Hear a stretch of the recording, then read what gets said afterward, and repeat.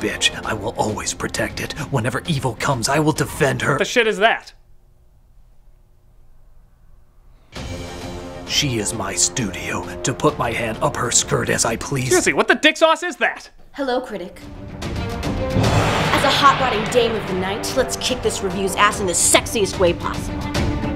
First of all, that's not sexy, that's scary. Scary sexy? Scary. Second, what the perverted Maltese mother falcon is going on? I don't know, I thought I'd switch things up today, so I hired a new director, Frank Miller. Wait, crazy cool Frank Miller or just crazy Frank Miller? I don't know, which one is that? Incredible, my fetish goddess, but you didn't show off the swastika on your outfit. What are you talking about? There's no... Wah! Get that off of me! I knew it, you got the plain crazy one! Hey, you don't know, maybe this is somehow all brilliant. What are you, dense? What are you, retarded or something? Do you know who the hell I am? I'm the goddamn Frank Miller! No, it's just crazy, I'll prove it.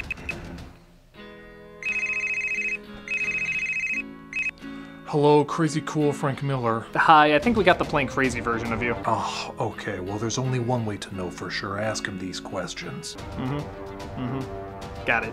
Hey Frank! Goddamn. Why are you in color? I don't know. Why is she dressed like that? I don't know. What does any of this have to do with the source material? I don't goddamn know. Yep, he answered the same to all of them. I knew it, that's totally crazy me. The best thing to do is not give him any attention. For the love of God, keep him as far away from Jim Lee as possible. Right. I don't get it! I thought Frank Miller was one of the most influential storytellers of our time. Well, he is. You know, I really should draw the Joker more like Plastic Man and Captain Planet more often. Was.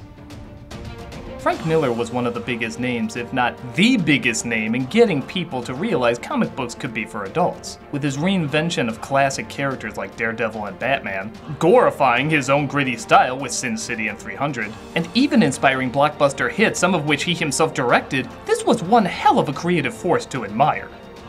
And then somewhere he went cuckoo bananas. Goddamn cuckoo bananas? If it keeps you far away from me, yes. I can't promise that. Both Miller's writing and artwork seem to suffer greatly due to... nobody really knows. It's practically a cliche now to mock the insanity of his later works. Whether he just went nuts or was always nuts and just hit it better, nobody could deny there was a train to out of your damn mindsville and he was the one in the driver's seat. And one of his crowning achievements of bonkersdom is the Spirit.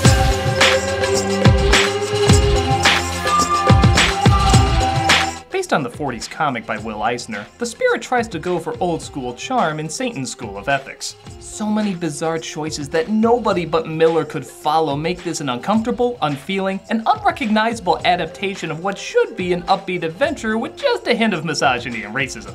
Hey, maybe Miller was a good choice to direct this. Regardless, many agree not only did it not capture what the original source material was about, but the directions it goes in seem to have no rhyme or reason whatsoever.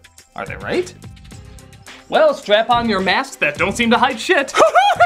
Damn it, Tamara, why'd you give him attention? I'm sorry, but he's like a car crash. I can't turn away. This is the Spirit. Goddamn.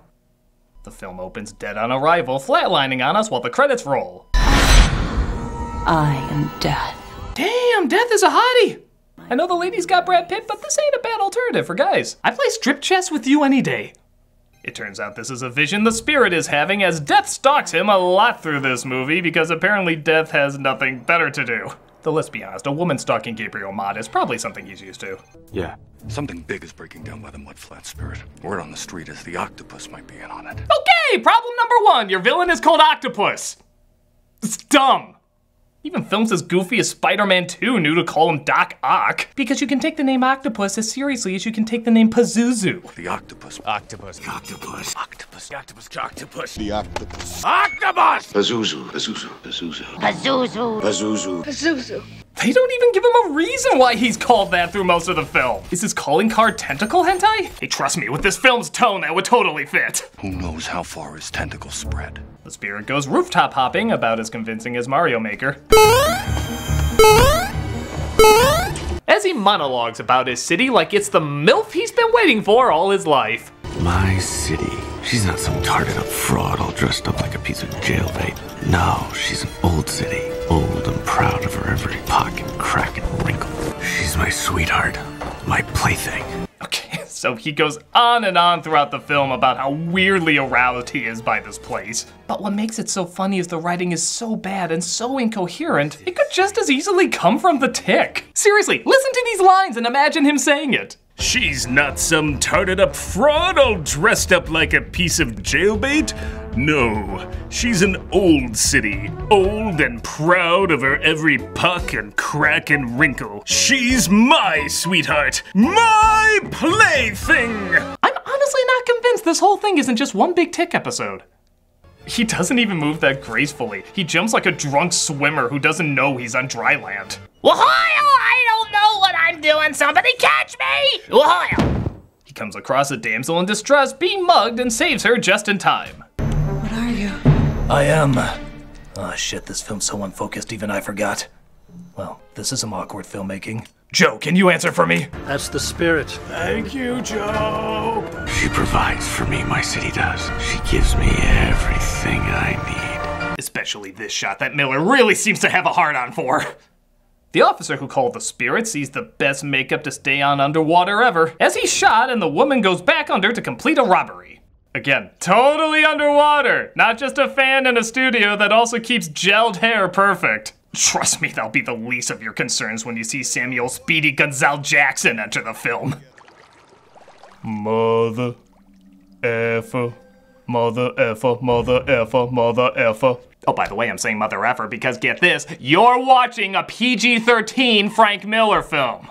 Yeah, this film noir has literally no R, so Miller can't even go all the way with his gore, which was always a big draw with his work. Even a decapitated cop played by Miller gets the puss-out treatment. Heads up! And that's a shame, because there's a lot of Wonder Woman fans who would love to see that scene in more detail. I think a lot of them are tired of rewinding this scene. Worth killing for. The octopus, played by Jackson, starts fighting the spirit while his henchwoman named Silken Floss, played by Scarlett just 2 more years till I do real comic book movies Hansen, is nevertheless still giving this performance 100%. Load up the box and pile in specimens. You've done your petri dishes proud. 80%. No need to wait for the boss if that's the spirit back there. Okay, do I hear 50%, 50%, 50% over here? Do I hear 40%? The octopus always finds his nemesis so distracting. 40 it is. Do I hear 30%? 30%? Well, the film's just getting started. I'm sure she can coast even more. After the third rising out of the water shot, I'd asked if Miller is aroused by that, but I'm just assuming everything arouses him. As they continue to PG-13 the shit out of each other. Apparently nothing can destroy these two, and they don't seem to feel pain, at least they don't act like they do. So what should be awesome is basically a boring, itchy, and scratchy cartoon where no one gets hurt.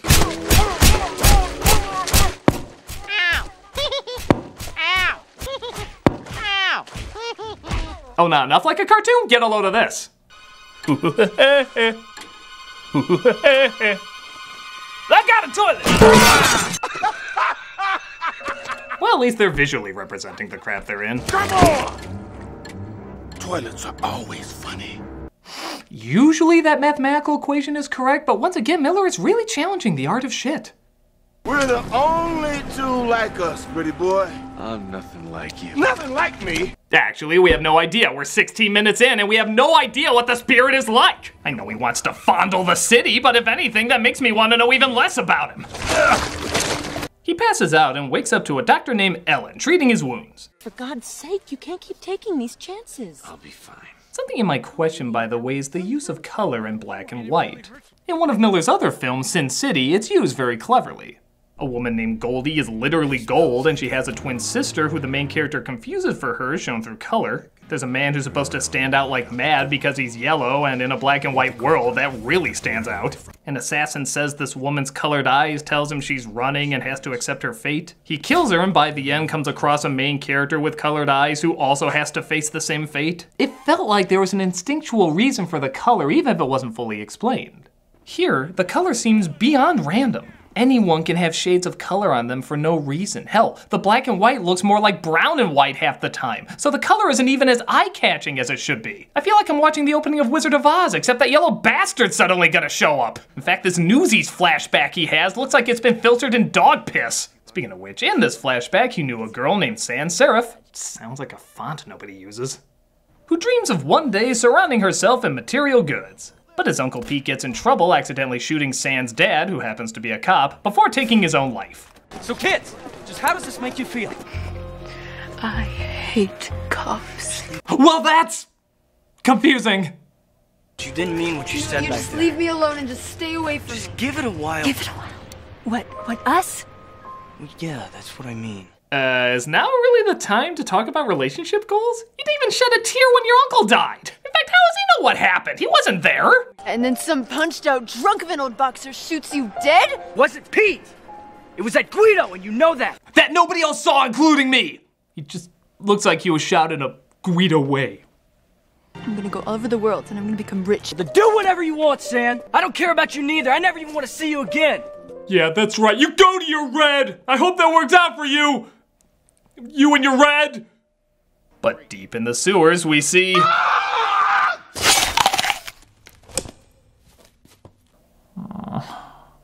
Samurai L. Jackson and Scarlet Kimono Hansen are disappointed that his clone experiments brought back the wrong case. I am sorely disappointed. All right, you fatheads listening to me? Find Sans Serif, find her now. So Frank... Oh, yes? Jesus, okay, I'll admit I don't know much about the spirit, but I googled the spirit and samurai and nothing came up. Though I did find out Katana's backstory, and surprisingly, there is more to her than she's got your back. Critic, if you can't see why a film noir crime fighter wouldn't use a samurai, you also probably can't see why calling someone a fart is a great insult. That's clearly not a great insult. Really? I use it in the movie. What other box, you fart? Dude, what are you, 4 years old? No, I'm this many. Times 12. Times 12. God. You gave him attention, didn't you? He's got Samuel L. Jackson as a samurai in the spirit. I'm sorry, I needed some explanation. Critic, it's not worth it. You know the one thing he can give you that's more terrifying than no explanation? What? An explanation. Oh, Christ, you're right. Just close your eyes and think about how awesome the movie 300 was. It was very awesome. In fact, it was so good, maybe that director should also handle my version of Batman the more I think about it. Don't do that, gotta go. Having fun? I'm confused what life choices brought me here. Sans Serif, now played by Eva Mendes, is searching for an ancient treasure because, no joke, it's a shiny thing. The shiny thing to end all shiny things. Dames and bling? She blackmails the philanthropist who betrayed her with incriminating pictures and forces him to hand over all his money. Then I swear to every known god I am not making this up. She Xeroxes her ass on the copy machine. Imagine my surprise when I show up at the drop point and ran smack into the octopus, making a perfect ass of yourself. Dames and mimeograph posteriors for posterity? He shoots himself after losing all his money while the spirit gets friendly with the doctor from before. What's on your agenda tonight? Oh, I don't know. Dinner, movie, anything. You know, for a guy who made fun of the Adam West Batman a lot, he sure is willing to have his dark and gritty superhero reenact Archie comics. Or would this be more Betty and Veronica? I don't know, I don't read them, and I thought he didn't! The spirit promises he'll be loyal to her, but the father from Wonder Years has other plans. Spirit, front and center. Hey, Freakazoid, wanna get a yogurt? It's an honor to meet you, Mr. Spirit. I'm Morgenstern, rookie, fresh from Baltimore. Nah, just kidding, I'm obviously a stripper. But Ellen sees he's in love with every woman he meets. I don't know why she's shocked, she literally just said that. You're in love with every woman you meet. And he even manages to flirt with the reporters. And for the ladies? You know, we hang on your every word. Thanks for being such amazing, lovely creatures. No two alike. Allow me to fix my mask to protect the secret identity I don't have. They go to the philanthropist who killed himself, but the spirit recognizes that ass and shows it around town to see if anyone else recognizes it. Oh, that's not a joke. That goddamn happens. He literally shows the picture of the ass to ID her. The only thing stupider than that? A little person recognizes it. Get it? 'Cause he's small! Though knowing Frank Miller, every criminal lineup probably looks like this. Tell me this can't possibly get any dumber. I think that's plain damn weird. Yes, sir. Just plain damn weird. Frank, I want to ask what the point of this was. I want to ask why you thought taking one of your little clone minions and turning him into a tiny foot was necessary to learn more about the characters or story. But I'm afraid if I give you any attention or even look at you, you're just gonna use that attention to act more friggin' insane. Am I right? I was right. Cut away from him and never cut back!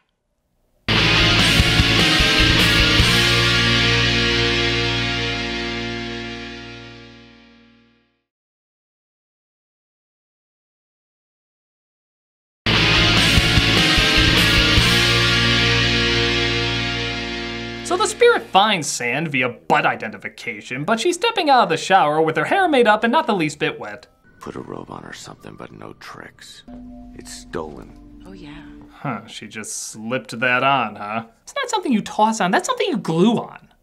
It looks like she found the treasured vase with the blood the octopus was looking for, but she tosses the spirit out, proving once again what a clummy dumbass we're supposed to be rooting for. He's so embarrassing, even the movie starts to reject him. You look stupid. You'll believe a man can't fly. Isn't this like pointing out that Batman's head kind of looks like a spork? Do you really want to actively make yourself look more lame? And believe it or not, it gets even lamer.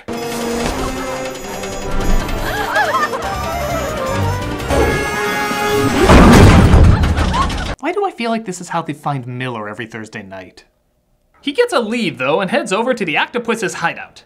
All the enemy has is guns and knives. I have an entire city as my weapon. Well, snow is more part of the elements, but whatever gets you in the city to third base. He jumps in the sewer and comes across Johansson. Could this be a trap? No, it's just a woman who's dressed nice in the sewer who wants to make out with you. Oh wait, it was a trap. You know, this guy's like Dick Tracy, except you take out the Tracy, so all you have is Dick. Meanwhile, Ellen and her dad discuss her future with the spirit. Because that's what we want to see when the hero's in peril. He's a goddamn menace, and my own daughter's in love with him. He was so much happier in the old days with Denny. Yeah, he was pretty charming. You look beautiful today. Can I kiss you? Wait, no, he was disturbed. I can feel you. You know, Death, is there really nothing better you can do? There's no Bill and Ted movie you can cameo in? Spirit wakes up tied to a chair as out comes, I don't know, a belly dancer. Why the hell not? And starts dancing for him, because now I think we can jump to the conclusion that all of this film is just for Miller's personal video collection. He just wanted to see if he can make money off of it too. P.S. he couldn't. I've known some pretty strange women in my time, some darn strange women. Sure, we're an hour in, might as well start talking to the camera now. And just when you think, no, that's it, this movie's so bad it actually stops your thinking. But just when your thinking starts to return, Death! Death. Death. This is happening, people! I don't know what pile of psychedelic frogs they set on fire and inhaled, but its effects are clearly standing before you. Samuel Jackson is now a Nazi. For no conceivable reason whatsoever. And he has to go along with it like it makes all the sense in the world to him. We eat, so we won't die. We mate, so that our seed will live on. Just look at Johansson throughout this scene. She's totally dead inside. Even she can't believe she's standing where she is next to who she's with wearing what she's wearing. How the hell did Miller convince Jackson to do this? I was kind of expecting Malcolm to come out to do something as Samuel Jackson, you know? Yeah, he's out of town this weekend. Oh, that's right, I totally forgot. Well, maybe we can get someone else to play him. Nope, that's a bad idea. I'm just gonna give him a call. I still have the Nazi uniform. Hello? Malcolm, can you play Samuel Jackson as a Nazi? Sure. Wonderful. I got Frank Miller here and... Crazy cool Frank Miller? Just plain crazy Frank Miller. Okay. And he's gonna act out the scene with you. Go! Sam, Jackie, baby, I want you to wear a Nazi uniform. Cracker, you out of your damn mind? But it'll be great satire and that nobody will understand it so nobody will question it. You must be damn crazy if you think... You know what, this doesn't feel right. Could you possibly make him goose step?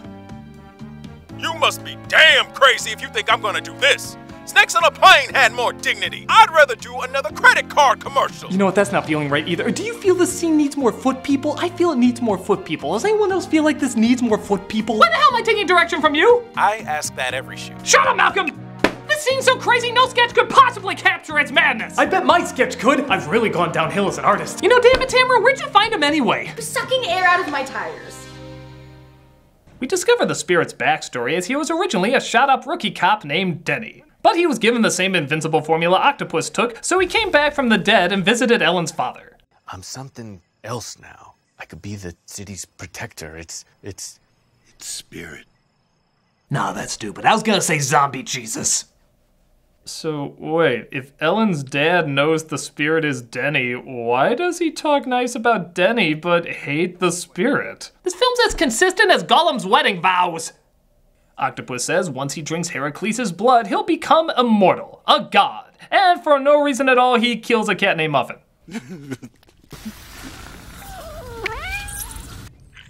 As if that wasn't weird enough, this is the only character Spirit actually gets emotional about. Muffin. The cat. She is all the reason I need. I will kill you. Even Jackson is like, really? That's what did it for you? Didn't your uncle die and your cop friend? Well, this is the one that sent you over the edge? Look at it, it's all in that one expression. Well, that's not badmouth progress. It is the only pussy he ever gave a shit about. So the belly dancer is gonna chop him up and separate his body, but he speaks French. That's apparently enough to win somebody over. Well, Pepe Le Pew is clearly doing something wrong if that's all it takes to get a woman. This is for Sam. This is for me. And this one's for Muffin. Was Muffin your fiance? What is up with this relationship? Just as sporadic as the belly dancer saving him, the belly dancer also stabs him in the back, apparently saying it's for sand. I don't friggin' follow it, but I did just see Samuel Jackson as Colonel Clink, so I should really be used to not getting answers. This is followed by guess who? You're close now. I am sick to you of you. At least this time, Spirit thinks of calling it in and giving up to Death's horny embrace. But then he remembers any woman he kisses he has to abandon, so he leaves Death once more. No, not again. They need me. You won't escape me forever. I am the man slut. He wakes up in the hospital, though, with Ellen again tending to his wounds. Octopus! Hey, Freakazoid, wanna go out for a mint? Somebody get me a tie, and it sure as hell better be red. No shirt, just a tie. It adds to my hoariness. He comes up with a plan to catch the octopus, who is meeting up with Sand to collect the vase. Nobody goes anywhere. Fetch me that vase, please. Predicting what Jackson's gonna look like in every scene is like predicting what costume Bugs Bunny's gonna wear. Guaranteed laughable, and for some reason nobody questions it. The Spirit shows up with the cops, and the octopus tries shooting him, even though he knows it does nothing. I'm the octopus. I got 8 of everything. Is that why he's called that? There were no examples of it before. Does that mean he has 8 Nazi uniforms, 8 sombreros, 8 Afro samurai cosplays? I think it would actually make more sense to call him the Hateful Eight. The cops come in though, leading to this really weird shot. I gotta give him credit for finding new and creative ways to explore stupid. But the rookie cop fires her big-ass gun at him, causing smoke debris that's shaped like an octopus. It's symbolic because this movie's blowing smoke up your ass. Spirit and Sand deliver the finishing bad effect, and they give a victory kiss, right in front of Ellen.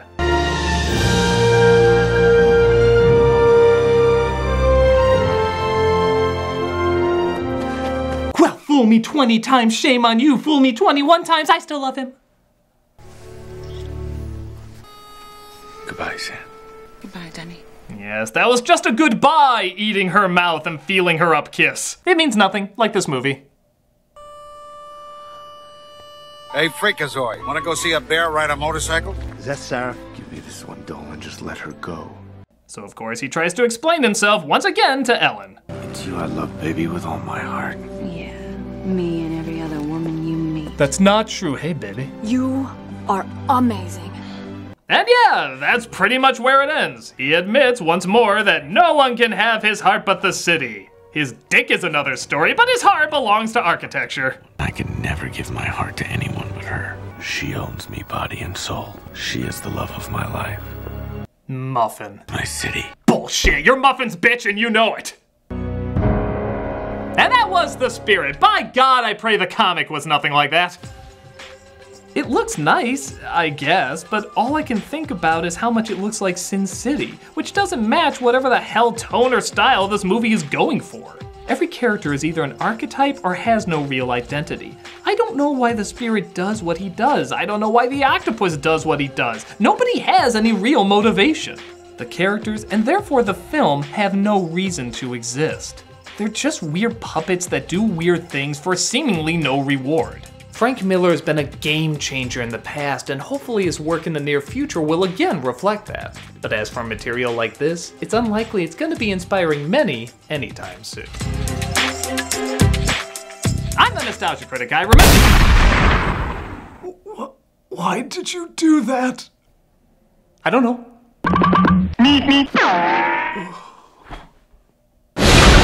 Behold, critic, I am death.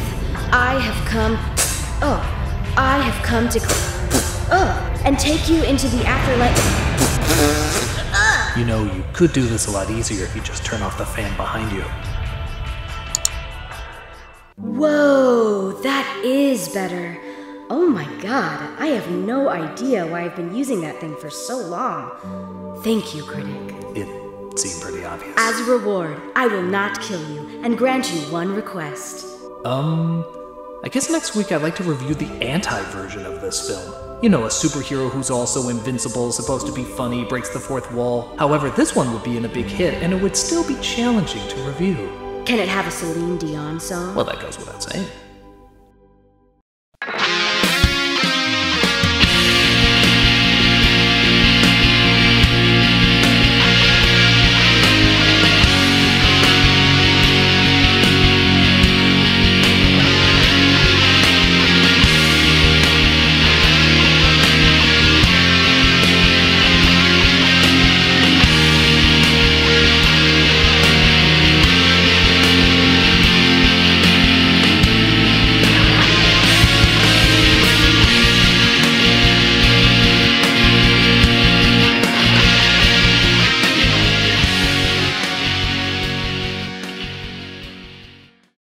And this one's for Muffin!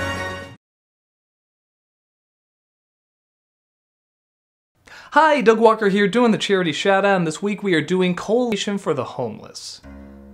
This is the nation's oldest advocacy and direct service organization helping homeless men, women, and children. They believe that affordable housing, sufficient food, and the chance to work for a living wage are fundamental rights in a civilized society. Since their inception in 1981, the coalition has worked through litigation, public education, and direct services to ensure that these goals are realized.